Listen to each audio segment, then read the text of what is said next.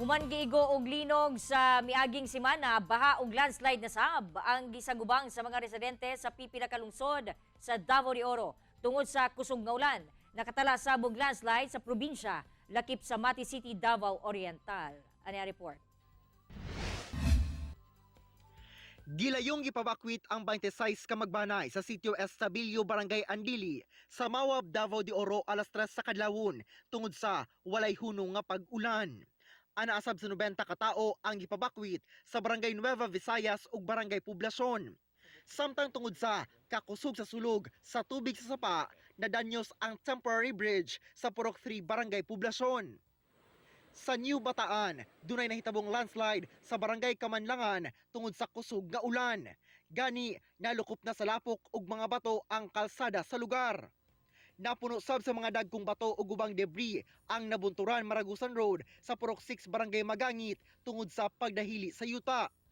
Sa nabunturan, nadanyos ang pipila ka balay sa Inupuan Barangay Mainit, human nadatugan sa mga debris nga naanod dala sa pagdahili sab sa yuta.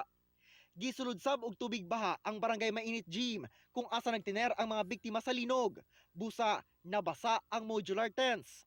Sa Purok 5 Bukal, tataw sa mga hulagway nga kuha sa residente nga pipila ka parte sa bukid ang midahili.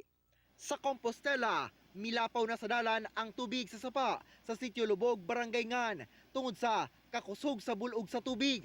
Buta nga, gipanawagan sa mga residente kay susama gayud kuno ang mahitabo matag muulan. Dako pud chances nga ang kato mga natay ug mga kabukiran mas dali po siya mo dahili. So ginahulat pa pud nato ang uban nato mga reports gikan sa LGU. Sa Mati City, Davao Oriental, nakatala sa og landslide sa Purok 1 Sitio Baay, Barangay Luban. Nagpahigayon na og clearing operation sa lugar. Identify na itong evacuation center naman tayo Escoda Elementary School, which is ang eskwelahan willing po magpa-evacuate.